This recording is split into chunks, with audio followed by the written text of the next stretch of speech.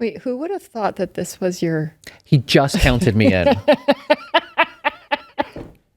Like, okay, keep going. Keep going. Fine, I'm done. I can start now, huh? Mm-hmm. For many wealthy people, their problem is not saving and investing. Their problem is spending their money. They have got all the way to this point of financial freedom that their fear is going all the way back to not being in that place again. We're actually going to talk about this wealthy dilemma, and we're going to help you through the dilemma of spending your money. Enjoy it. Welcome back to this episode of Playbook of the Wealthy. My name is Dave Grant. My co-host is Heather Townsend. If you have not been to our podcast before, we break our podcast into sections. We dive into content, we answer questions, and then we share personal, professional stuff about our lives. We are talking today about a dilemma that wealthy people face, and it's not talked about, but they have a problem with actually spending their money. So without further ado, let's dive in. Before we dive in. We already dove. Okay, we're dove in. But before we dive in, Okay. I want to say for anyone new listening, and I think we should say this more, this is not your ordinary podcast, like money podcast. Finance 101 has been done very well. Dave and I talk about beyond Finance 101 problems, issues, things, what we deal with. So just wanted to state that. All right, so this is not your Finance 101. This is beyond Finance 101. This is like Finance 202. We're a college level class. We are a college level class, yes. Right. All right. So this was a topic that got triggered by something happening. Yes. So I have this group of women that I'm really lucky to have gotten to know in Scottsdale, because in 2025, my thing was community. So it's crazy, all this stuff I'm sharing. And so we are at one of our monthly dinners. And she shared, I think it was a TikTok of a financial advisor talking about this exact topic, actually, about how, what he sees, we see it too, of, it's really hard to spend your money once you've accumulated it. To go from that, I'm making the money, and then, whoa, I have the money, and now I'm not going to save anymore, and I'm going to deplete. It's a very different mindset. Yeah. And she openly shared with me that she's really struggling with it. Okay. And you know me. What do? I start asking questions. Well, she shared with me for some reason. And she goes, well, I just take the money off of the top of the portfolio if it's done well. I'm like, and she was humming and hawing over a $3,000 gym equipment for her garage. Now, we all know how I stand on these things. One, it already checks a box. It's health. And she loves lifting. I mean, this woman has a great body, let me tell you.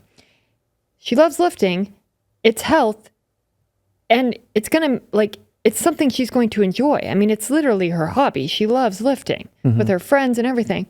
And I was like, this is not designed well. He doesn't know how much she can spend. She's probably leaving money on the table. And I was like, oh, Dave and I need to talk about this because this is a thing. And it's probably a thing outside of our clients more because we talked about in a previous episode how we don't have this be a thing, but I want to talk about it because it is, I think there are psychological reasons that you and I have talked about it, and there's, fear and just lack of knowledge, rightfully so, because it's not talked about a lot. Yeah. And I don't want people to have worked so hard and then not enjoy it. I think the common problem in America is not having enough money to live on. This is the flip side of the coin, and to talk about it is almost seen as like crass. Like, oh, I have so much money, but I don't know how to spend it, or I just feel uncomfortable. Fair. You can't really talk about that in open conversation, but it's a problem. Like, this is affecting people in their psyche of they're not being able to live the life they want to. And there's some data, which for listeners, if you want a little funny thing, that I think Dave was like, if I hear data from you, Heather, one more time. I'm not allowed to bring up topics unless there's data to back it up. Go ahead. Do you want to share the data? No. No, you share the data. Go ahead. All right. So this is an issue, and we've gone and found some studies. So there was a study actually recently in 2025 by an insurance company called Alliance, you call them what you want to. They have a Center for the Future of Retirement, and that runs a lot of research studies. So we'll throw the article up here, but when they were looking at people and interviewing them, 64% of people worry more about running out of money than dying. Are you serious? Hold on. 64% of people are more worried about running out of money than death. That's gonna happen. Yeah. Running out of money may or may not happen. That's the unknown. All right, playing onto that, 54% of people say inflation contributes to their fear of running out of money. Understandable, given the last 5 years in inflation skyrocketing after COVID and people realizing, things are a lot more expensive. Do I have enough money? I don't even know. All right, so let's kind of break this down. What is causing the reluctance of people to spend? Because I think there's a number of different reasons. And they're valid. They are. But let's validate our listeners. They are valid. So I think the first thing is going to be lack of knowledge. Like if people don't understand what their money is, what their goal is to spend it, what their lifestyle is going to look like, they just have no clarity on, do I have enough and am I okay to spend this? And that just triggers fear. I mean, unknown is fear equals fear a lot of the time. That's just how we are wired. Yeah. And so if people don't have that knowledge about how their portfolio works or what their life is going to look like, that's going to then trigger in, okay, I don't have any control over this. I also don't have any control over the market. I don't have any control over inflation. I have some control over my health, but can I prevent getting cancer? No, I cannot. All of these things start to compound, and it becomes the case of if I can't control all of this, what can I control? I can control spending money, so I won't spend it. Oh, that was heavy. Yeah. Yeah. This is tough topics to talk about. It is. But it's really valid. Yeah. And there are studies, we need more studies on this, but at least in some of the peripheral, what they're finding is that it's more likely that people will not spend all their money. Yeah. And I think one thing that's been more prevalent probably in the last 20 years, probably 25 years, is the stock market volatility that is, in my opinion, triggering some of this. If you went into the year 2000, you then saw the dot-com bust. You saw your portfolio just drop out of nowhere. And then you kind of weathered it back and you're like, okay, that can't happen again. 2008 comes in, you got a recession, and everything moves at the same time. And do you know what's even worse when you look at the stock market chart, not to compound that? Okay, you ride up the dot-com bubble, which was crazy. Yeah. And then it falls.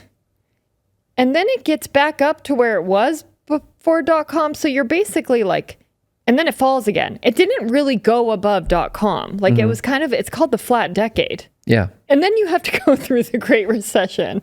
I mean, I shouldn't be laughing because I'm sure that was but that is pretty ridiculous. That's when I started in the career of financial planning. I started in 2007, seeing people come in the office crying, leaving the office crying. And I'm like, didn't picture this as a profession. This is not normal. Thought we were talking about numbers. Yeah. But these people were feeling those real emotions of, dang, I lost a lot of money and I needed this and I'm getting older and I can't weather this. And the emotions start. And it's, do I have enough? Can I still retire when I want to? Is my retirement picture going to look way different? There's so much there that drives people to just grip their money and not let go. And it's a shame. Also, inflation over the last 10 years have made life more expensive. Eggs, man. They're so expensive. I mean, I shared this ridiculous story. Yeah. My best friend nicely bought me car seats for the twins. Let's just say each car seat was $300 at the time. I just bought her car seats. They were $500. A 40% difference in 5 years. Man, car seats. Car seats. A little different than eggs. Yeah, but I'm just giving okay. There is some things that happen when people start making goals and they don't update them. So now they come, okay, so let's say you're making goals at 45, retirement's going to be at 60. Let's create this design. If they get to 50 and those goals are still the same and they don't mean anything anymore, there's nothing to spend money on. Oh, valid. So it could be, second home, or we're going to vacation to Europe, or it's going to be X, Y, and Z. And they're like, okay, great. I don't actually want to do that anymore. What are you going to do? If you don't update those goals and redesign your life, you're not having anything to spend your money on. So you're just going to grip it tightly and be like, yeah, I'm just going to sit here.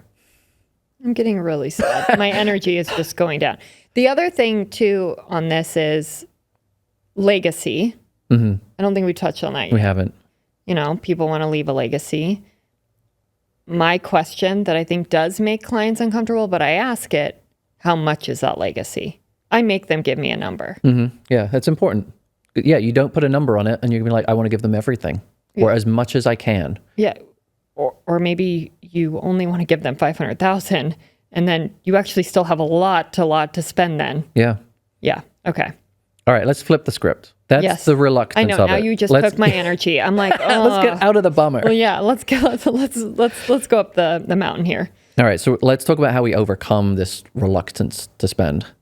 I think for one, it's going to be the reverse of what we're talking about. If it's lack of knowledge, let's give you the knowledge. Like, let's help you understand how money works, what your life could be like. Do you have enough money to spend? What can your portfolio support in terms of a lifestyle? Once people start to get that understanding, the fear goes away because now the things that are unknown are known.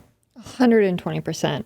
My favorite chart that I pretty much make every client see is the S&P 500 since the 1900s. That's the U.S. stock market of basically all big companies. I'm like, look, is it a straight line? No. Does it have a lot of boop, boop, boop, boop? It goes up and down. It is very volatile. It is. But it has a trend, and it is massively up. When you zoom out, you're like, oh.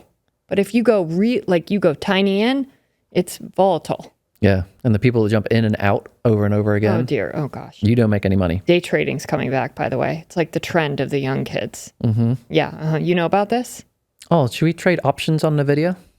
Oh yeah. Should we go triple leveraged on our ETFs? Yeah. $2.168 trillion. And now the market, it went to zero.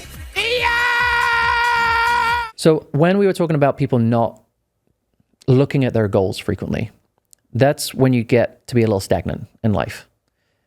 When I'm sat down with people and I'm looking at them, I'm like, is retirement what you thought it was going to be? It can go everywhere and everywhere, that response to the question. But then the follow-up is going to be, well, what's the next year going to look like? Let's look at what you're going to spend your money on. And if it's not exciting for you, it doesn't belong there. Oh, I like that. And so I want people excited for the next year. Their money is like leaving their hand because it's going to be, okay, this is going to be the best year that we've had. And last year was pretty good too.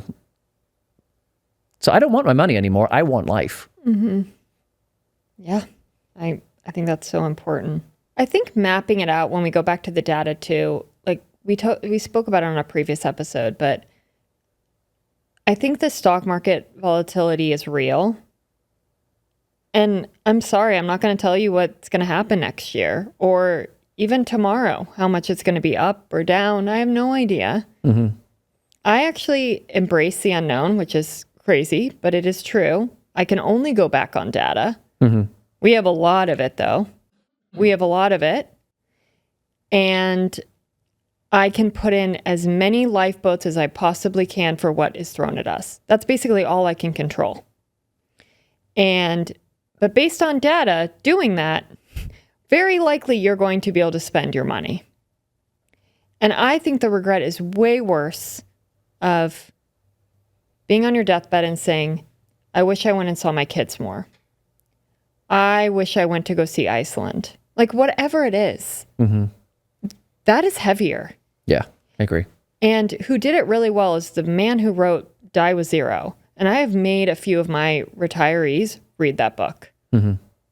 So much so that we took the legacy out of the plan and they gave money to their kids now. Perfect. To see them enjoy it. Yeah, I think that's key. I think people fear so much instead of looking at, well, which is worse? For me, especially after reading that book, it was so good. I was like, I do not want to have regrets in my life. I do not. Now, I save. I'm not going to spend everything, but I definitely don't want to just like die with a pile of money and been like, oh, I could have given that away to the charities. I mean, I guess I'll put that in but you know what I mean? Like, I want to see the charities and the difference I make. I want to see the difference that I make to my kids. And I want to live a very good life and spoil the fluff out of my grandkids. That's what I hope. So one thing that, I don't want to get away from is people have valid fears. Like it might not be grounded in knowledge and data, but that fear doesn't go away sometimes if even they see that data. It's a balance. Like, you can show them all these things, but they need to be heard. Oh, of course. You So always start. It's hard though. Like, I know that we're in a job with limited capacity to kind of take people through things like that, but there's sometimes very valid reasons behind why they've got that fear of not spending their money. So when I first started in the industry, so it was like 07, 08, there was a man that walked in the office, a long-term client of the advisor that I was working with. And as soon as his portfolio dropped to a certain number, he cashed out of everything and said, I will never invest again. And I was like, man. In what year? 2008? 2008. Oh my And gosh. What did he lock in? What loss did he lock in? So it wasn't even that. It was the fact that he walked in and it was an emotional decision. It wasn't even numbers. And he was in that advisor's office for hours and walked out, and we were like, well, what happened? And she's like, he's not investing anymore, and there's a reason. I'm like, what? He's like, he has lost more money than his dad ever made and invested in his lifetime. So he just lost exactly what his dad gave him as an inheritance. And we were like, I don't think like any of us said a word, because we were like, that's way bigger than numbers. And you just sat there for 2 hours and let him talk. And it didn't come to the resolution that she wanted or that was good for the client, but it ended up being he was able to share that, and that was a deep reason. And I think he needed to get that out. Hopefully, I don't know what the end of that story is. I hope he got over that, but there's some real concerns that people have that trigger those decisions they make. And I mean, this is, wow, I didn't know the podcast episode was going to go in this direction. We're digging deep. Yes. But, I say this to, when people first come into my office, my Zoom room, never met them before, some of them have shame. Some of them are like, this is the first time I'm telling someone this.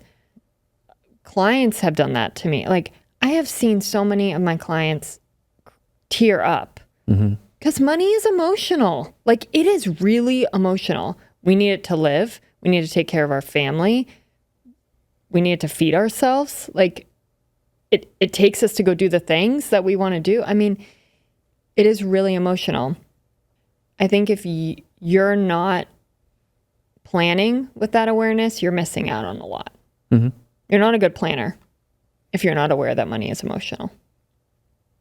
And so my question now on that is, because it's also timing, because I'm like, depending on, and this is why investing is so interesting, depending on when he invested that inheritance, right? Like if he invested in 2007, 2006, before the crash, then I could see why he would have lost what his dad gave him, right? But if he had invested it in 2010 and then COVID crash happened, probably he wouldn't have lost. Right? Yeah. Do you get what I'm saying? He wouldn't have lost what you're like. So was it just that he lost the amount? Because he couldn't. It was that number, and that was his trigger. And there's just no, so you can't. There was no talking him off the ledge at that point. It was sad. I would have a hard time with that because I would try so hard. Because it's actually the worst thing you can do. Yeah. Yeah. So the most powerful thing that I've seen that kind of gets over people's fear of spending the money is a why question, and a lot of them. So it's going to be, if they're walking towards retirement and they're starting to talk about, okay, I'd really like to, live in a warmer place for a certain period of the year. It's going to be, well, why do you want to do that? And we go, well, I don't like the winter. Why not? And then you really get down to the root of it being whatever the reason's going to be. And then you start, I'm like you, I try to lead them towards that solution of, well, do you want to live there full time? Like, do you want to have a house? Do you want to live in certain different houses and try different areas? And they come up with a solution of, I think I'd like to rent a house for 4 months of the year. And then we back into, you can do that. Like, you've got the cash flow, and it's understanding, yes, there's that goal. You can afford it. Why don't we try it this winter? If it doesn't work and it feels uncomfortable, you never have to do that again. But it's the baby steps. Let's just keep going. Like, and we'll get there. That makes perfect sense. One, it's the right questions. That is valid. Like, you have to ask the right questions to get it out of the client. This takes me back to my kinder training. My registered life planning is when clients have the energy, when you get their like spark, their thing they really want, you've seen it, like, oh, that's it. That gets me excited. You can break through the fear. I've seen it. Like, then they're like, no. Like, now it's not optional. Now they're going to go for it. I love when those happen. That's when the money gets spent. There's no stopping them at that point. And it feels so good. Okay, I know you didn't want to talk about it, but I'm actually going to go back to the fear of the stock market and it going down. For any retirees that are listening, the market's going to crash again. I actually would probably bet on that. I'd bet my whole net worth on that again. I would. It's going to crash at some point. I don't know when. I don't know how. I don't know why, but it will. Okay. We'll also probably go through another recession. Can pretty much bet on that too. Like, these are normal things. So when you actually normalize it and you're prepared, then it's not so scary. Yeah. And that's normally how I come to it with my clients is I'm like, no, we're not going to fear it. We're going to know it's coming. And we're going to have our buckets. I knew you were going to buckets. I knew it. I love our buckets because it's like, all right, well, if the world is ending, you still got 2 years of cash. That's a lot of time to figure out what the fluff you're going to do. Like, it's not like, bye. And if money all the way disappears, let's go that scary. Let's go to worst case scenario. We got bigger problems in a retirement portfolio right now. Yeah, we need gasoline and we need water because we're trading. Money means nothing. Oh, I've gone down to a really deep hole with one of my friends one time. We built an entire compound. We know who's invited to this compound. We know where it's going to be. Like, sometimes just going out worst case scenario. Who's actually in the bunker with me? I need to know. We can't afford any secrets now. I don't have these fears, but it was just like a funny exercise. Yeah. But sometimes when you go through it, you're like, this is the most ridiculous thing I've thought about. And yeah, okay, my retirement portfolio goes poof. Like everyone else's money, if like the financial system just crumbles. So I think it's worse to not spend your money and enjoy it at the end of the day. I agree. Ready for my bow? I'm ready for you to wrap it up. Look, if you have the concerns, voice them to someone that has expertise in this and go through a worst case scenario and have a plan. Once you have a plan and you're educated and you know what your money is for, the things that really light you up, I think you're going to go for it. I think you'll spend more. That's my bow. Take a deep breath. Relax. This has been deep. So if you've not been to our podcast before, we're not like this every time. I promise. So come back for another one. If you've been here before, you got to do us a favor now. Give us a like, comment, follow, subscribe, anything you need to do. We are trying to get this message out to as many people as we can, and that definitely helps. So thank you.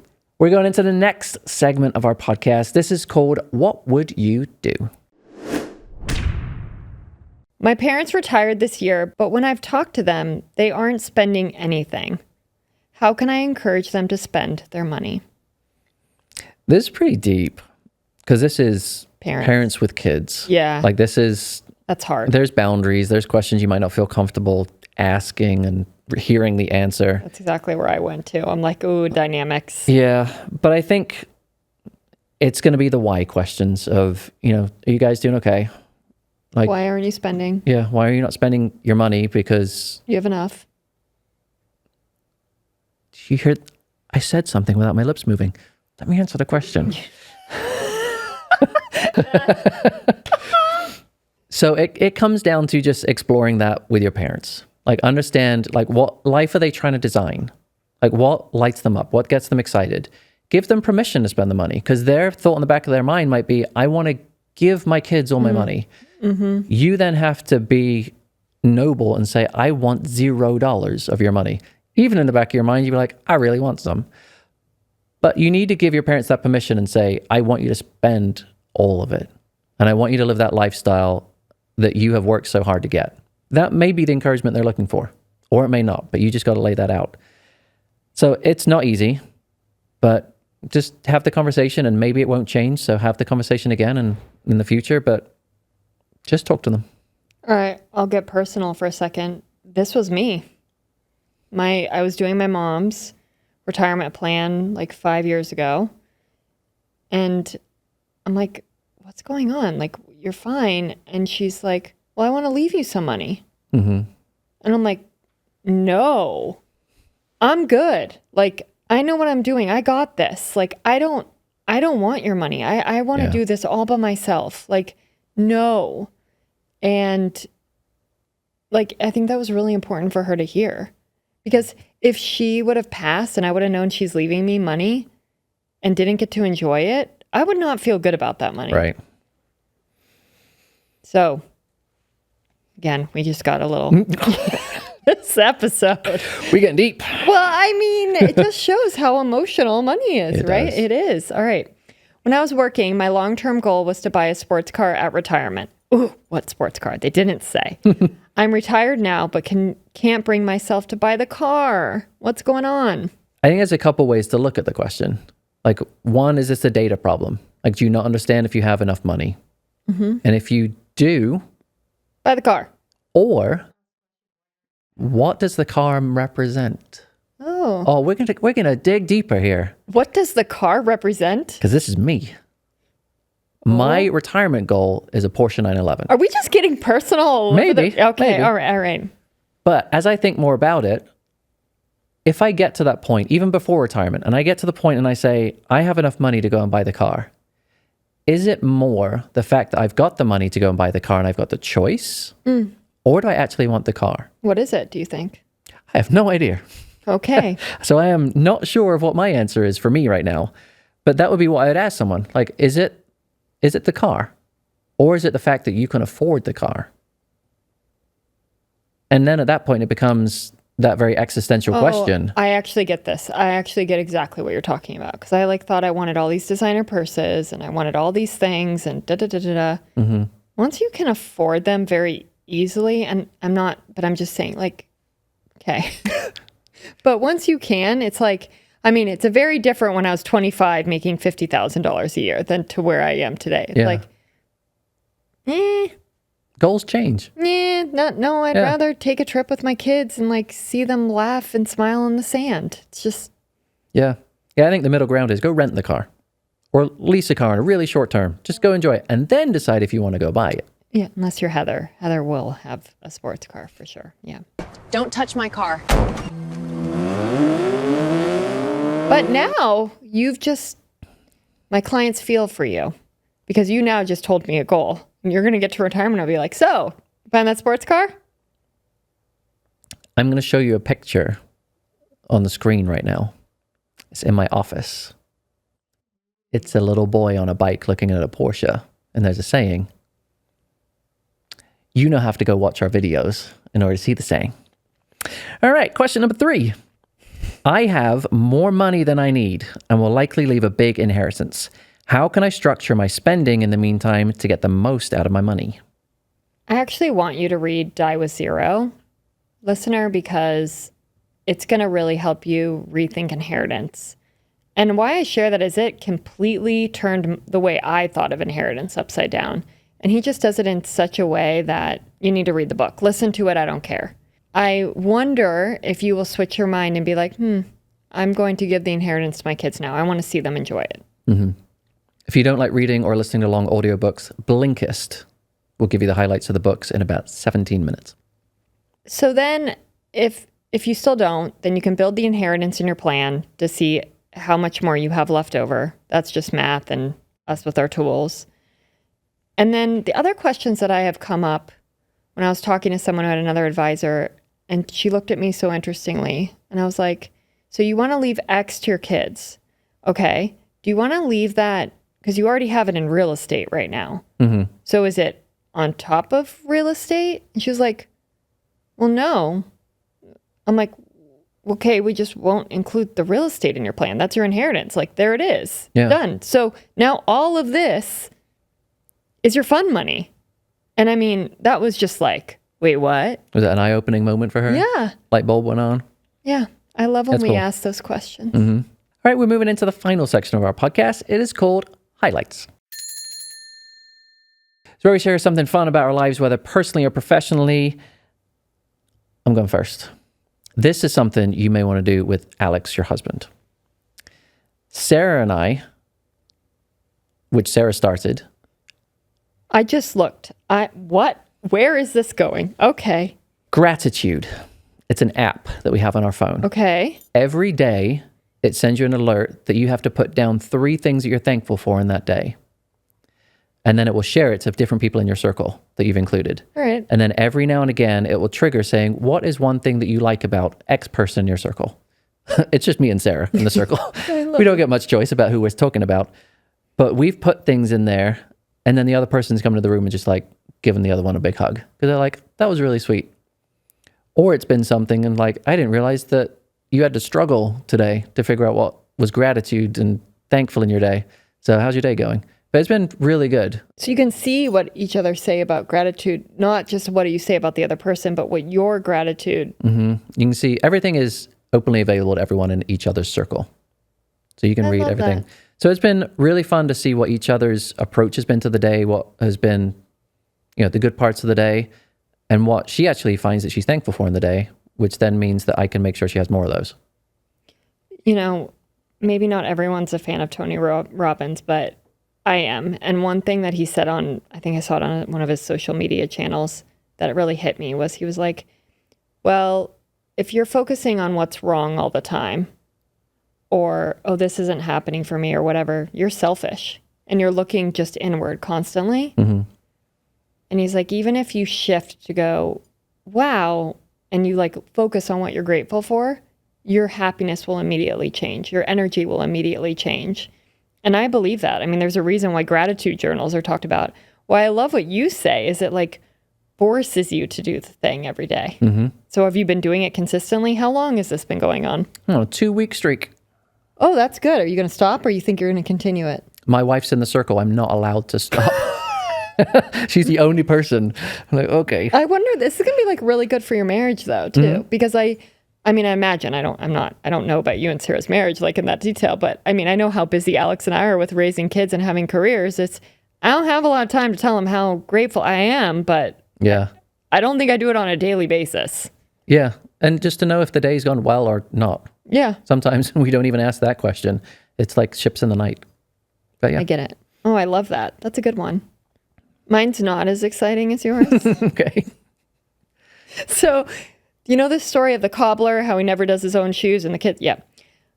So I was like, Alex got new 401k investment options in his 401k. So I go review it. And then I'm like, I picked this allocation. Oh, we need to rebalance.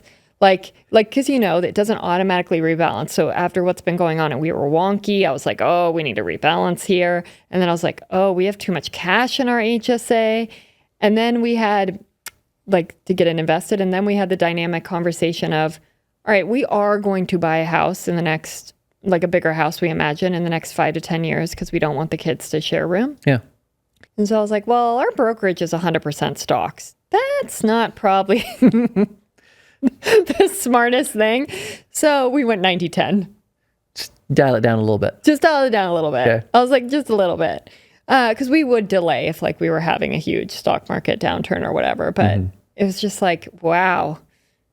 Okay, I need to probably select money dates for me and Alex to like sit down and do our financial plan because I've gotten a lot busier and yeah. Money dates are a big thing. Yeah. People don't have a lot. I did the money date.